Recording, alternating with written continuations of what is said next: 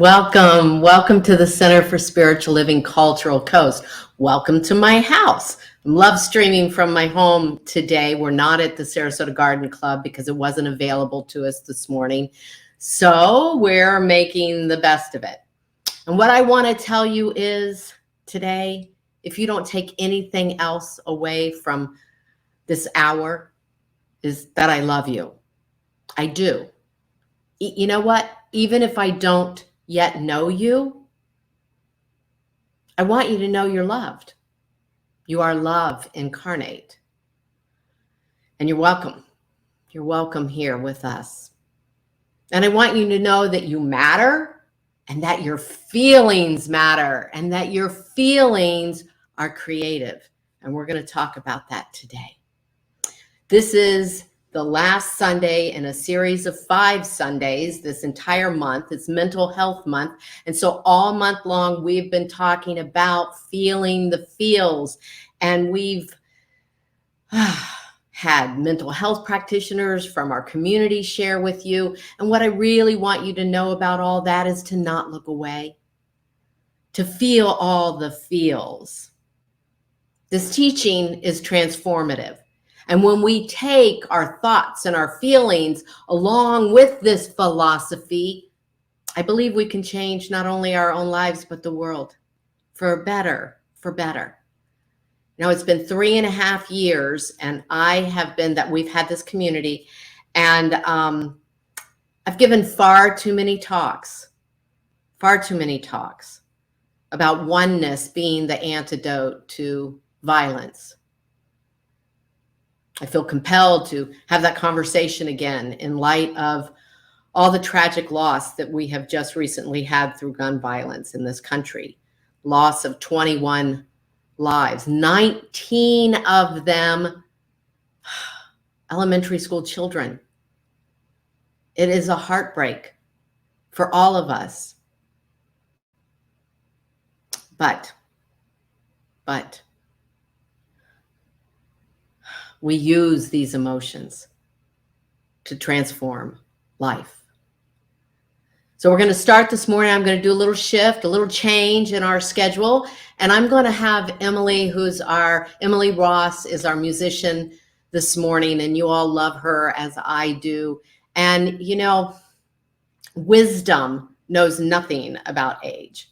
And that is so true and so evident when we talk with Emily, when we're in her presence, when we listen to her music. So I wanted to start us out, and then I'll come back on for our opening prayer. So here's Emily Ross. Hello from home. My name's Emily, for those of you who don't know me, and I'm going to be singing 3 of my original songs, which means they're songs that I wrote. And if you don't mind, I'm just going to say a very brief description of this first song, because I know some of you sometimes appreciate that. So this one's called Something I Can't See, and the main theme of this song is my frustration with the lack of love that I see in the world sometimes, and I'm sure that a lot of you can relate with that feeling this week.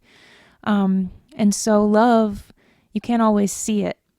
It's something that you feel. And so with those emotions that you have with things like faith and love, they're things that you can't always see, but you feel it so strongly. And so sometimes you can come off really harsh and like frustrated. And you have these big, strong emotions because you can't physically see it with your eyes, but you know it's real because you can feel it. And so that's what this song is about. And so I speak on lack of love in families, lack of love and obsessing with progress. And finally, I speak on lack of love I see with people with children. And children, I believe, are our best teachers. So, yes, here is Something I Can't See.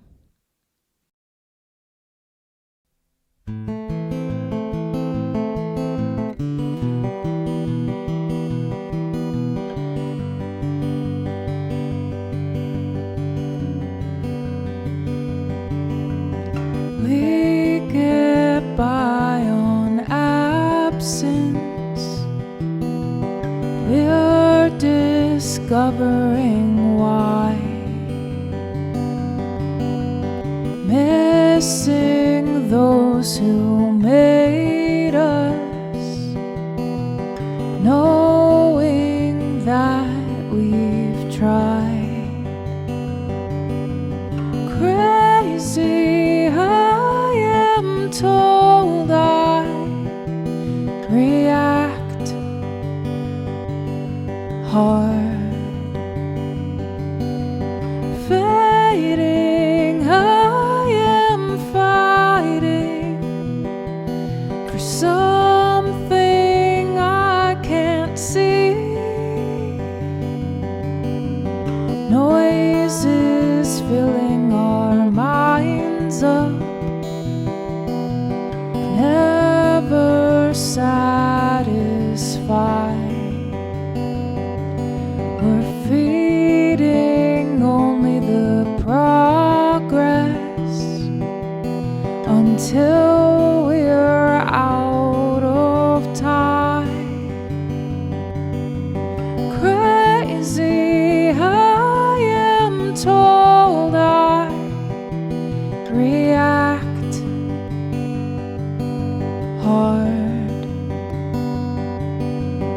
Fading, I'm just fighting for something I can't see.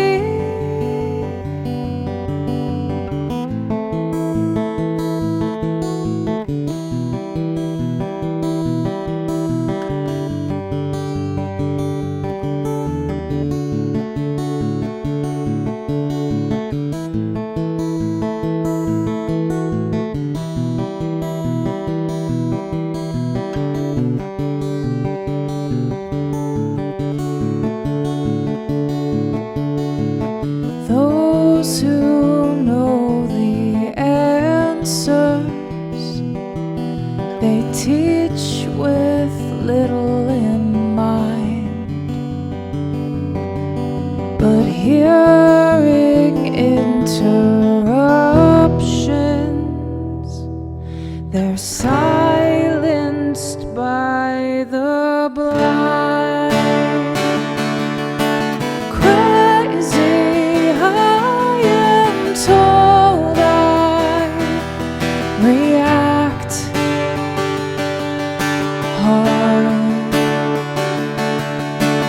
Fading, I am fighting for something I can't see. Crazy, I am told I react hard. Fading, I'm still fighting for someone I can't see.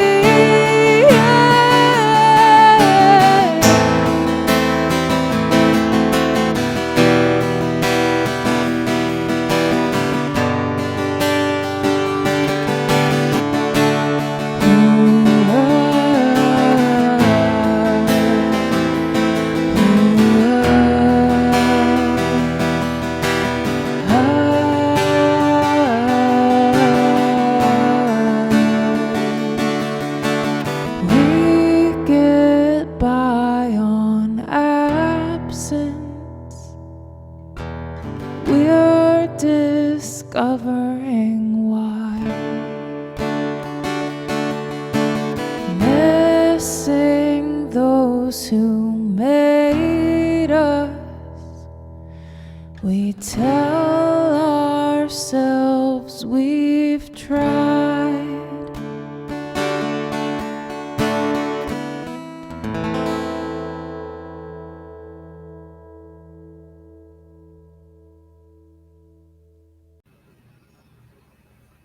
Oh, Emily, thank you. Thank you. You know, Emily's singing about something she can't see. And it reminds me of that Michael Beckwith quote.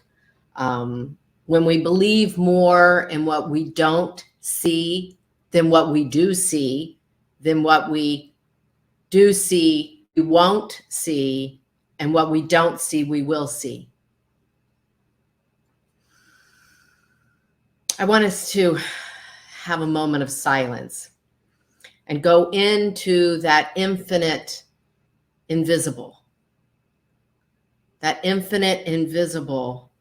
creative intelligence, that unconditioned love.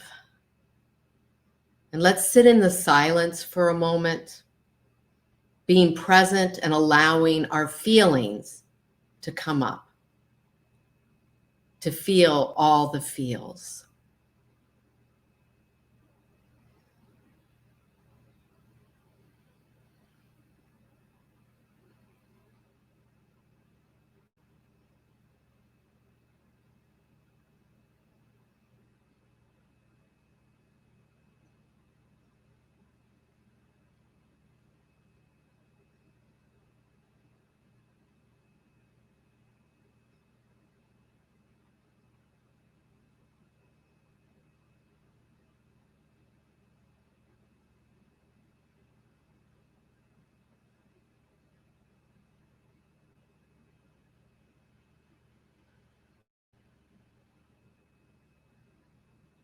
And now let us treat ourselves to a higher idea.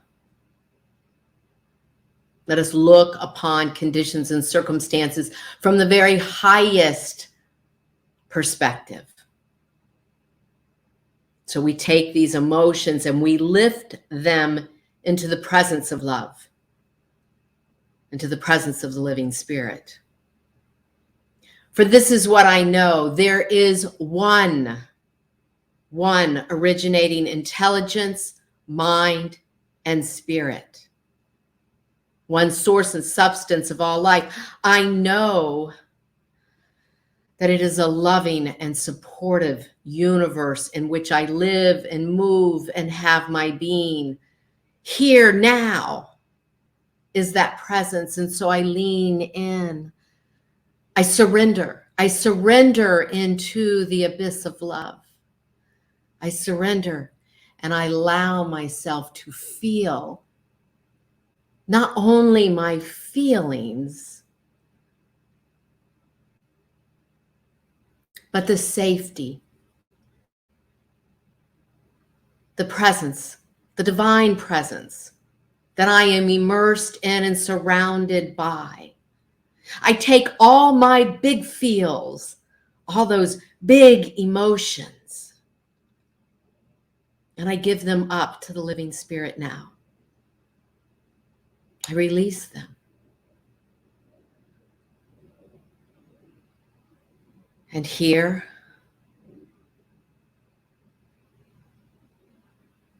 in this space,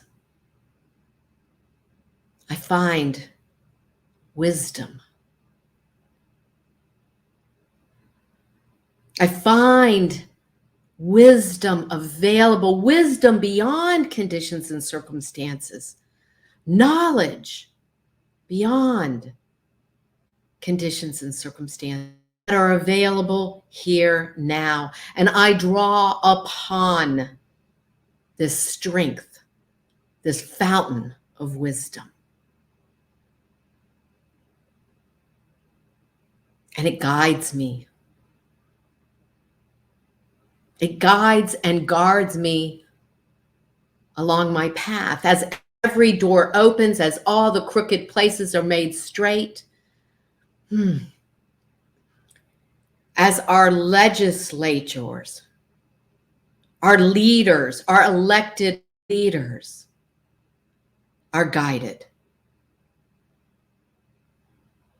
I see them as elected peacemakers, compelled by this divine wisdom. I see all my companions on this journey of life, guided by a divine wisdom, universal spiritual truths, principles of unity and oneness and love and peace. and prosperity for all. What I know is this one takes form in, as, and through all life, through every person, every place, everywhere. It is in all circumstances, all conditions. There is one.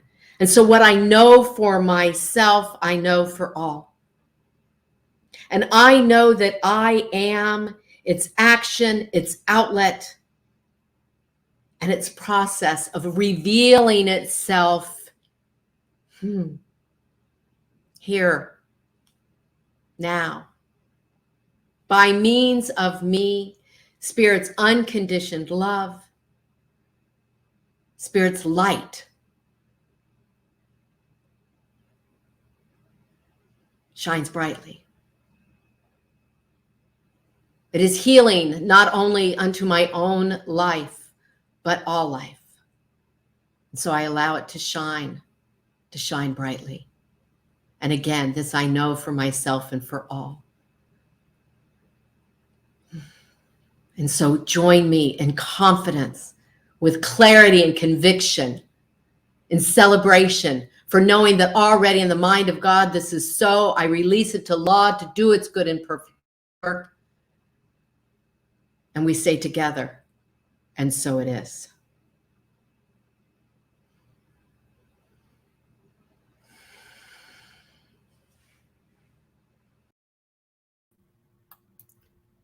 Good morning, everyone. It's Mike Rosario, and I will be doing our reading today.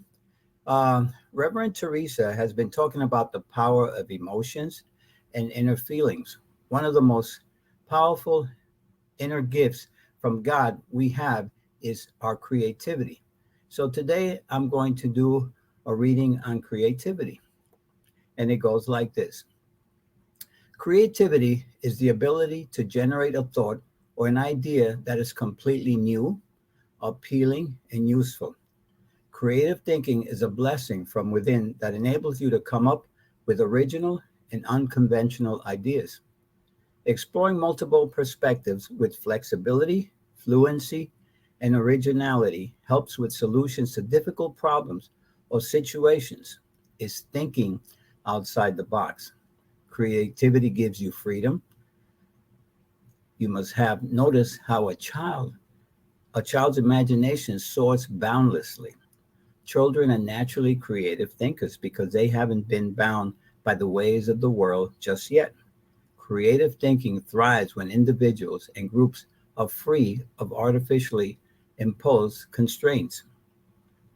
Set your mind free to explore other perspectives, the other side, go within, then deploy your ideas into your endeavors and see the difference. Steve Jobs is considered one of the most striking creative thinkers of all time. The Apple co-founder had a vision that transformed people's lives with several mini revolutions, beginning with the personal computer and then going to the iPod and later the iPhone. Albert Einstein, one of my favorites, pushed the boundaries of accepted thinking with his own ideas. He would say, logic will get you from A to B, but imagination and inner thoughts will take you everywhere. An environment that encourages creativity is a productive workplace. Encouraging creativity leads to more innovative ideas, less fear of failure, and a greater emotional investment. Creative thinking makes people happy. It gives people a sense of being unshackled from barriers. Such liberation yields more constructive results in the workplace as well as in the personal solution-seeking environment. Walt Disney chased his dream to make people happy. Through entertainment, he came up with a word that typifies his vision, Imagineering. Imagineering, which is imagination plus engineering. For Disney, it was fun to attempt the impossible. Creative thinking pushes you out of your comfort zone and transports you into a creative zone, a universal and spiritual zone. The more you create, the more you grow. When you commit time to pursuing your passions, the quality of your life goes up. Exercising your creativity empowers and elevates your life. In the process, you obtain valuable insights about yourself. You discover your habits, dreams, desires, and impulses. You learn to value yourself and express it in your creative output. How do we enhance our creativity? Well, pay attention to your strengths and try to incorporate more of them into your life. Tap into your inner child and explore the qualities of freshness, purity of thought, and spontaneity of expression. Do not restrict yourself to a habitable pattern. Think differently. Take a different route to communicate your thoughts. Enjoy yourself in natural settings and set your imagination free to explore and experiment. Be curious and inquisitive. Don't hesitate to take risks to further your abilities. Get rid of negative attitudes that are blocking your creativity. Indulge in brainstorming to inspire new ideas. Accept that a problem can have multiple solutions and explore every possibility. In closing, when learning is purposeful, creativity blossoms and thinking emanates. When thinking emanates, knowledge is fully lit. Exercise your creativity. It's a wonderful muscle to keep in shape. Thank you.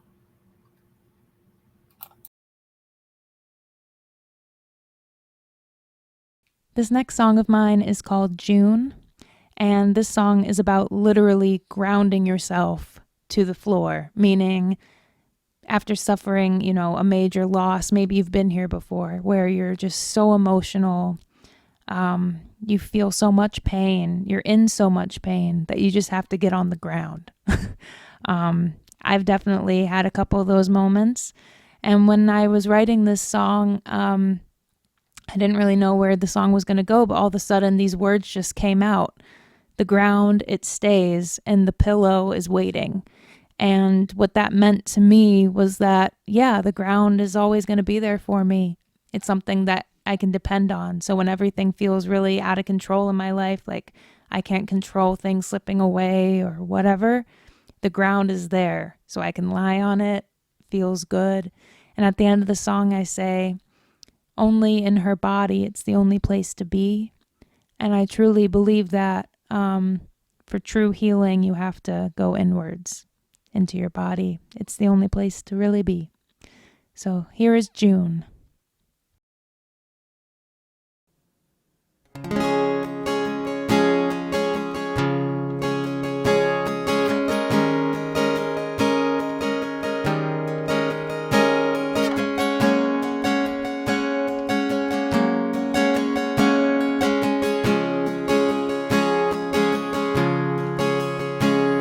Slowly in her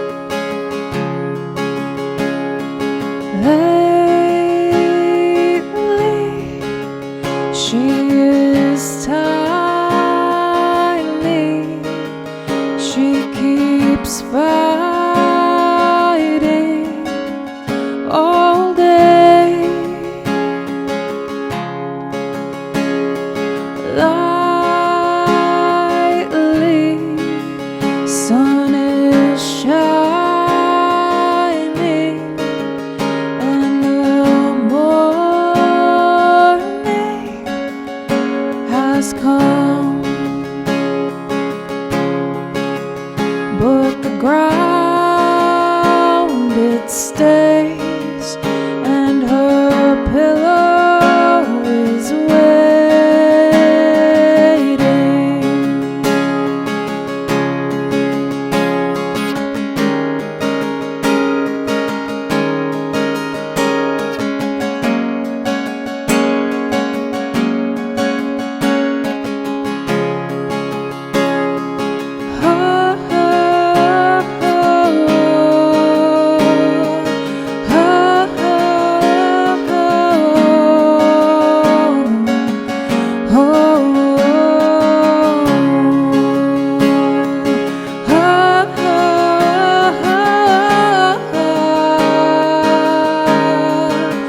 Nobody stays, do they? But the ground it stays, and her pillow is waiting.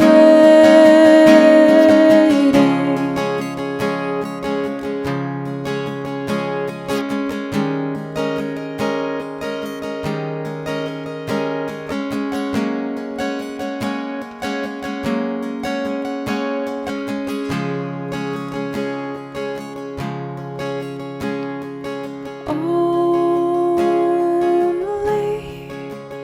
in her body, it's the only place to be.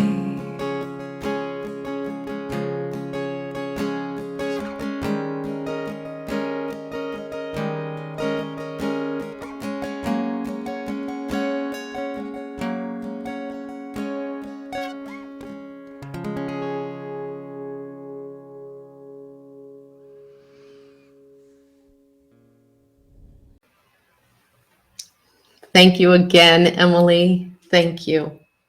You know, however we ground ourselves, whatever position or posture we take, we go inside. We go inside. It's the only place to go, right? Beautiful. Thank you. Thank you. And Mike, thanks. I love the Imagineers. I used to tell my son he was going to grow up and be an Imagineer. And you know what? I do believe that he is. We too, all of us can do what appears to be impossible, but we got to get outside of those habitual patterns like Mike's talking about, where we're living everyday wonder, where it's new and fresh and exciting. So I have something new and fresh for you. I have another another mental health practitioner from within our CSLCC community. And he's going to share with us just a beautiful little story. And so please do help me welcome David Emmerman.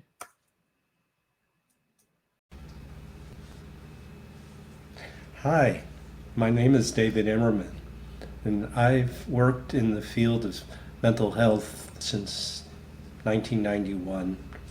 And I'm going to read a story, a true story, that I wrote regarding some bright moments in my career.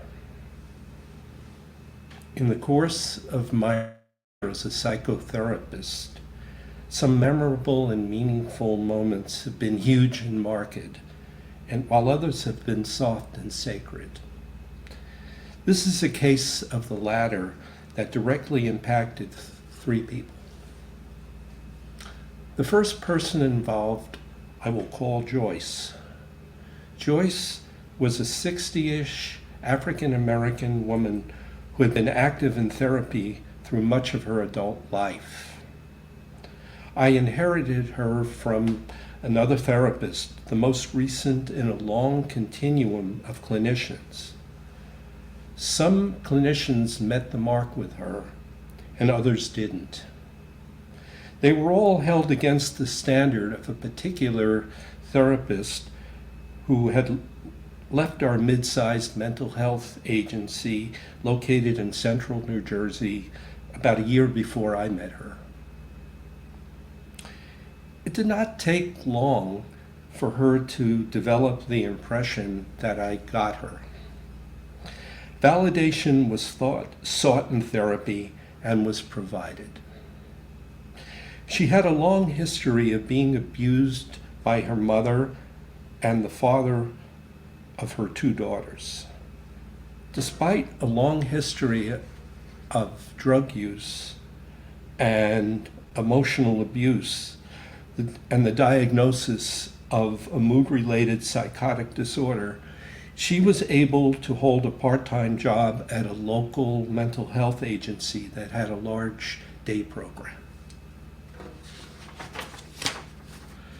About 2 years prior, she had suffered the loss of her father, who had been the pillar of stability in her life. Since his death, she felt unable to stay in the apartment they shared. She was offered medication, but did not feel safe taking it. Looking at her, she appeared much younger than her age. Her skin was dark and unwrinkled, and the way she smiled concealed the inside of her mouth that had many teeth missing. Lately, perhaps the whole year of 2016, Joyce had been inconsistent in keeping her biweekly appointments for various reasons. On this particular occasion, she showed up in the middle of the winter to report that she had been feeling particularly depressed lately. She decided to make a stop at the Quaker Bridge Mall before her session, with the hope that this would make her feel better. This large mall was along a bus route to our clinic. She had an experience there that left a strong impression on her. She went to the food court. It was there she came across an older, petite African-American woman who said she was having difficulty getting her coat on. Joyce went over to the older woman and helped her manage to get into her coat. The older woman thanked her, looked her in the eye, and seemingly out of nowhere said to Joyce, "Life is worth living despite the difficulties." She then reached into her bag and gave Joyce a small magnetic smiley emoji to put on her refrigerator to remind her. They then parted ways. Joyce reported that this simple event lightened her mood and lifted her out of her funk as if there was some kind of divine intervention. I told her that I thought it was so cool that this happened to her and that she was able to respond so well to this kind of event. The next person in this account will be called Maya. Maya was an insightful African-American woman in her mid-70s. She also had been coming to therapy and medication management most of her life. She was strongly engaged in treatment, making every effort to keep her biweekly appointments. The problem was that she had to rely on Medicaid-financed transportation, which was often unreliable in getting clients to appointments on time, if at all. She had a life filled with depression and serious trauma. Maya had been abandoned by her mother to the foster care system, where she was seriously devalued by her foster mother and sexually abused by adults of both genders. She had a son who died young a long time ago. She continued to mourn his death. Her goal in therapy was to make sense of it all by sharing her experiences, both past and present, and gain an understanding that would enable her to pacify her inner demons. I was her partner in this endeavor. She cherished her sessions. I enjoyed working with her despite her many angry outbursts directed at those she perceived as doing her wrong. particular occasion, Maya came to her therapy session to report on an event earlier in the week that lifted her spirits. She said that she had been in the Quaker Bridge Mall in the food court and was having some difficulty getting her coat on. This woman, a stranger, came up and helped her. She said that she could detect that the other woman was feeling down. She told the other woman that life was worth living. She then said, I gave her one of my smileys. I hope this helped her. I responded by saying assuredly, I bet it did. As I glanced at the smiley that Maya had previously given me that was attached to the inner side of the hutch above my desk.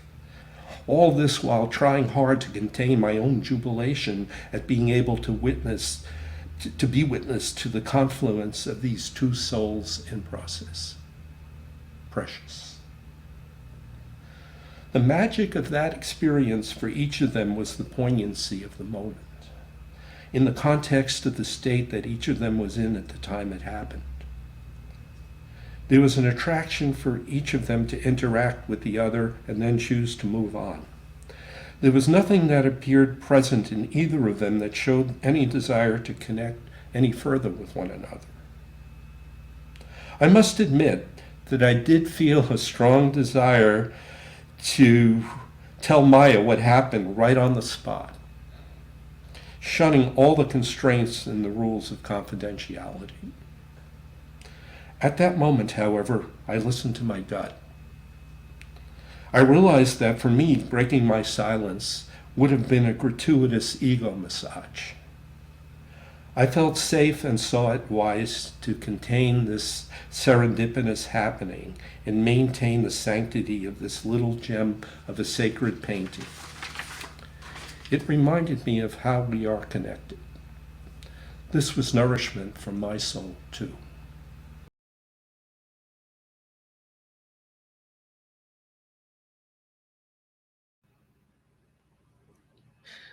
Thank you, David. Wasn't that great? Wasn't that great?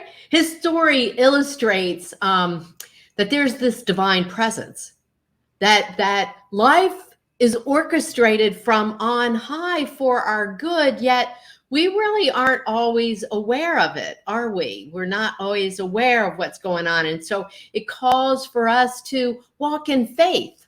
A lot of times it calls us to walk in faith. And I think his story also illustrates for us how our little acts of kindness can have a huge impact on other people. So it calls us into action, doesn't it? Yeah. And then finally, I want to say that David's ability to bear witness to these two women and their experiences without compromising their privacy, and also without making it his own, like not interjecting, oh my gosh, I know both of you, and all of that. It shows great emotional intelligence. So I applaud David in that. And it calls all of us then, doesn't it, to be mindful. It calls us to be more aware of how we're showing up in circumstances, how we're responding rather than reacting to circumstances, and allowing us then to be guided, to be orchestrated by that ever presence of the Spirit. Yeah. Love it. Love it. So we've been talking all month about emotional intelligence, really, haven't we? Feeling all the feels. And let me remind you of what Daniel Goleman's definition is. The ability to understand, to see, and manage our own emotions in positive ways, to release stress, communicate effectively, empathize with others, overcome challenges, and diffuse conflict. And I would add, and to live everyday wonder. Really, to be in that place where we're engaged in life with curiosity and delight and awe. I've been rereading the book, The Power of Decision, written by Raymond Charles Barker in preparation for teaching that class next month. And he says this: mind and emotions are the essentials of life. Mind and the emotions are the essentials of life. And why do you think he would say that, huh? Because it is foundational to the science of mind philosophy. It is foundational to the creative process. We use our emotions for definite purpose. That's what we teach, really, every Sunday, every class. And we're evolving spiritual beings, right? We're evolving spiritual beings, and we're coming to a place where we know ourselves as cause of our own experiences, cause to our own personal experiences, and part and parcel of that evolution of humanity itself, right? Yeah, you're nothing less than that powerful. Do you believe that? Do you believe it?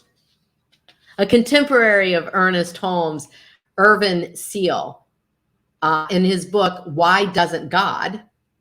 I want to read this quote, this excerpt from his book. He says, the real religion of a person is what goes on in his mind and his heart. Nominal religion, he said, is what a person is born into, subscribes to, reads, or professes. This is largely theoretical and perspective. All right. But a person's working religion is his consciousness, is the sum total of his thoughts, feelings, and beliefs.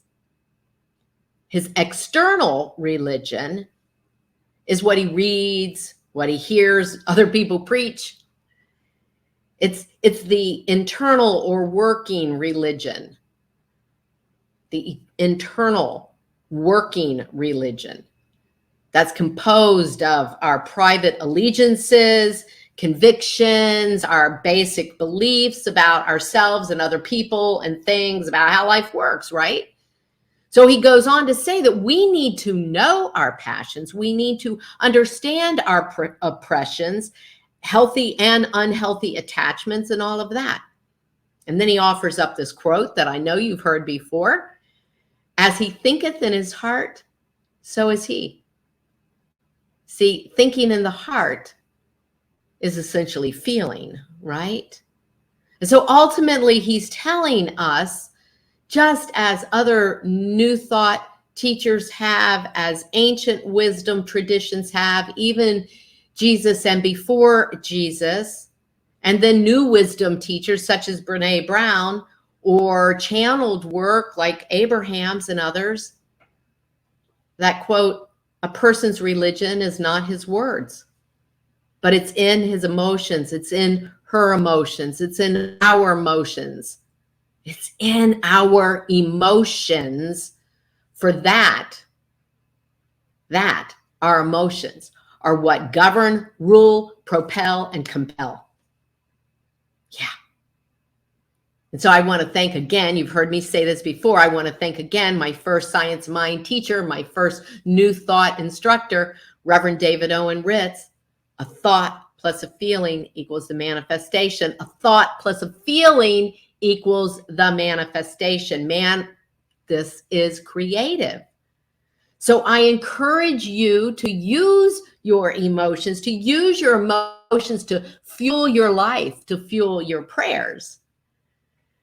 His grandson, Penn, he just turned 2, says, I want it. I want that. I want it.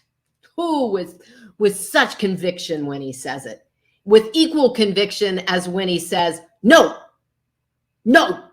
And his face shows it, and his hand gestures show it, and the passion in his heart comes forth. No, no, no, this does not belong to me. No, I do not want it. No, I do not accept it. No, right? A powerful little word that is. We can all learn from Penn. Again, wisdom that knows nothing of age.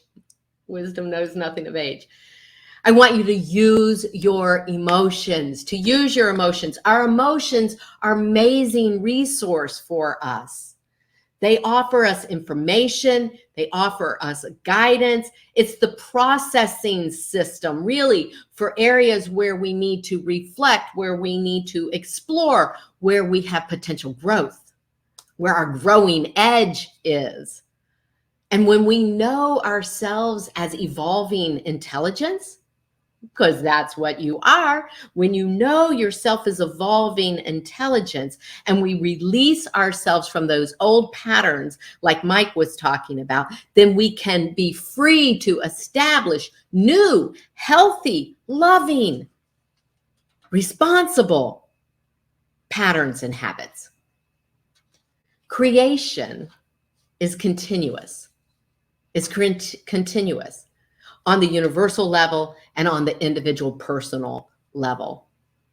The infinite is continually unfolding itself by means of you and by means of me. Yeah. And once we become aware of that, we can use our emotions constructively. Many of us are sad right now. In America, we're sad. We're angry. Many of us are angry. You know, anger can be a very motivating emotion, right? You know, like I just said, this does not belong to me. I'm going to do something about this. It moves us into action. It can move us into action when we allow it, when we use it. Sadness is maybe a bit more complicated. Sadness might, well, our heart is hurting in sadness, and often we feel hopelessness, sense that things it's futile. It's futile, you know, there's no hope left. Through grief and trauma, you know, we hit that like wall where we're frustrated and we think there's no end in sight. But I want to remind you to check in when you feel that way with your fundamental beliefs,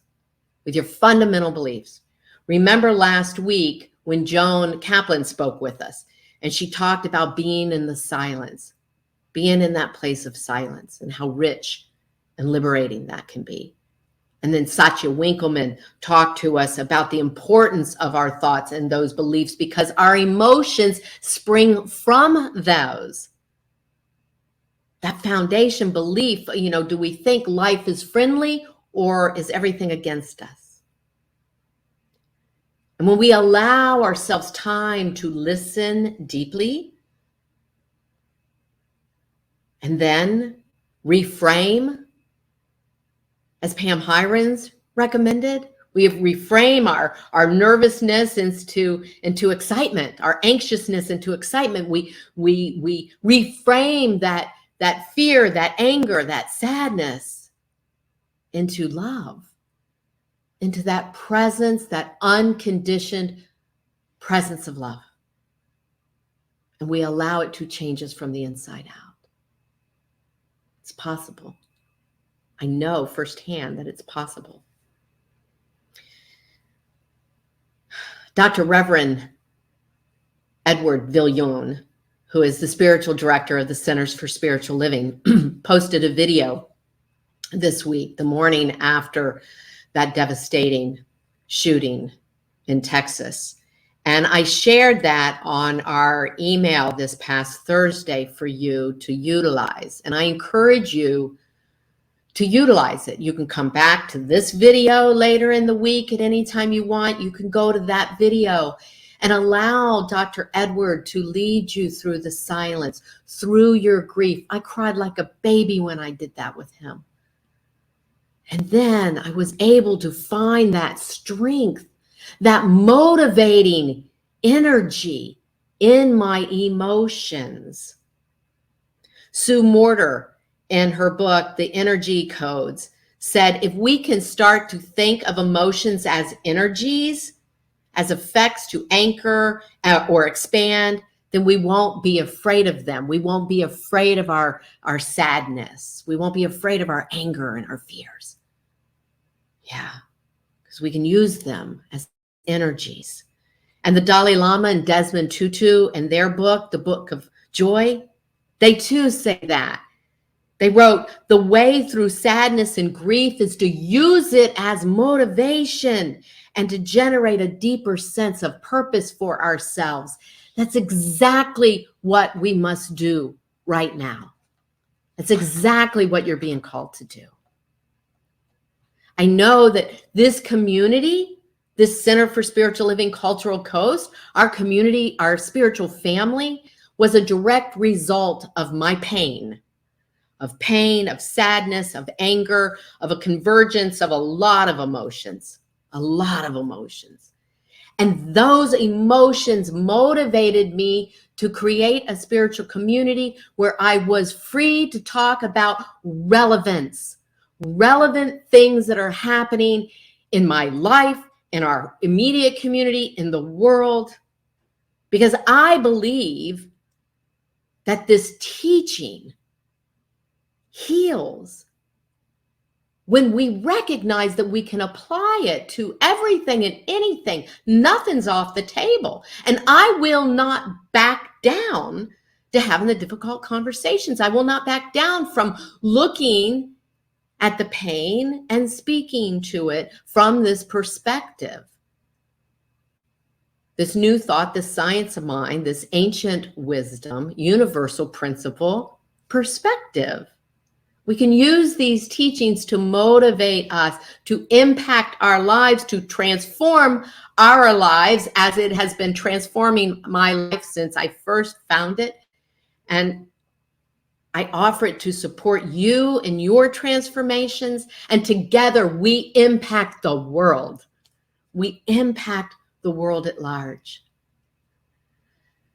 Another example I can offer you is there was an act of violence upon a family member of mine many years ago that prompted me, that motivated me to go train with John Kabat-Zinn and others to learn how to teach children, kindergarten through 12th grade, mindfulness practices, so that they too could harness their emotions for the good in their lives, that they could harness their emotions and discipline their minds, which is what we're all about, right?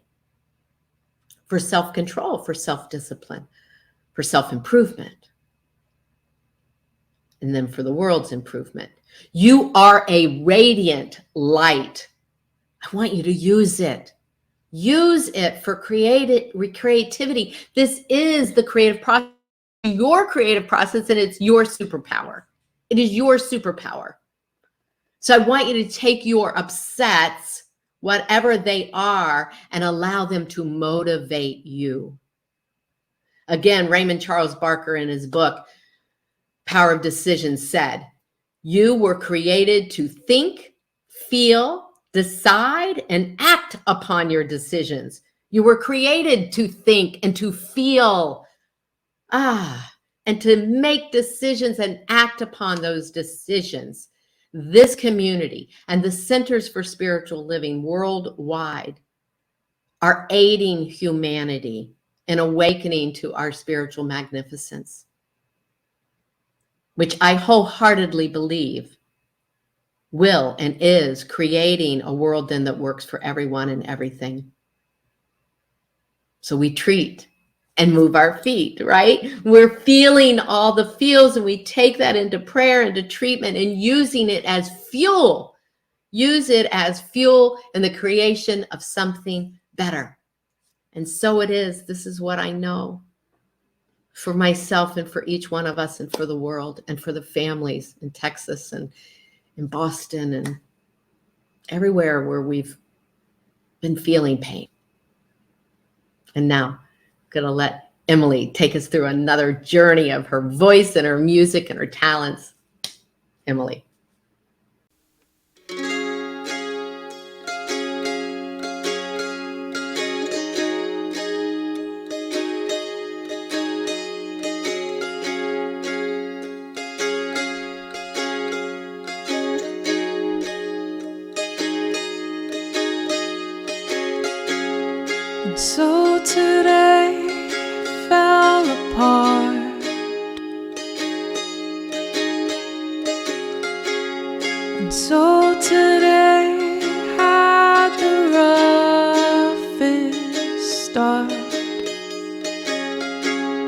And so today's way too hard. And so today opens the deepest scar. I love you.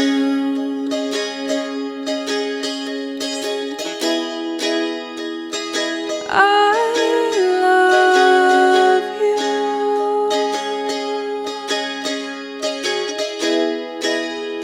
I love you.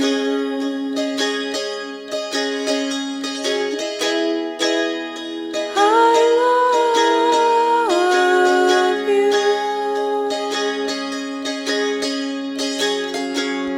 And here's the day that you can't bear.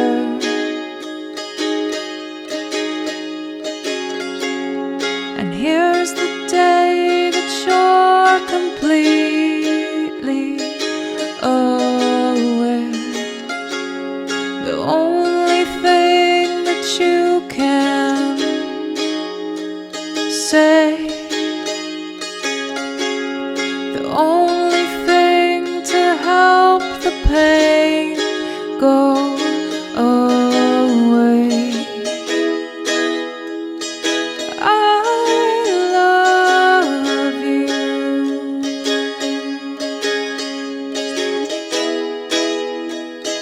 I love you.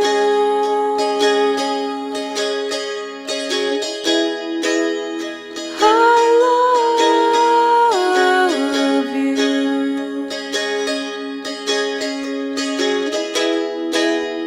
I love you.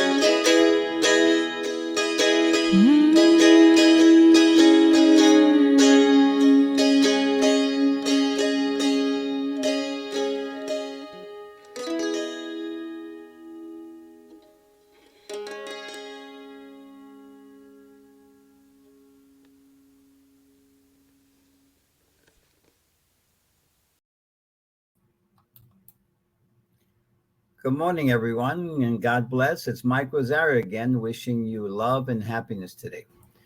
It is now time for our love offering. And as always, I want to remind everyone that if you give abundantly, you will receive abundantly. It's divine law. So give a lot today so you can get a lot. We'll be posting our various methods for you to circulate your blessings today. And also remember, everything you do prospers because you are in partnership with the infinite. Please give from an attitude of gratitude today. And now, please join me for a short prosperity prayer. We recognize the one power and presence, the creator of all there is. We are a part of creation. We are part of the one and inseparable infinite presence. We choose this day to be the best of ourselves in all we think, say, and do. We want to live for the highest and best of all concerned. We understand that as we set our intentions to be successful in living our best, the one source guides us on our path, directs our thinking, and leads us to our success in life. No one or nothing can block, interfere, or alter our success. We are ready to recognize love in our experiences and in the adventures of spirit in our lives. We're deeply grateful for the wonderful opportunities, abundance, and success in our lives. We give thanks for all our good as we release our word of truth to the creative process of law. And so it is. Thank you, Mike. Thank you very much. Sing together. I receive the gift of life and pass it on. I receive the gift of love and pass it on. I receive the gift of joy and pass it on. I receive all good and pass it on. I receive the gift of life and pass it on. I receive the gift of love and pass it on. I receive the gift of joy and pass it on. I receive all good and pass it on.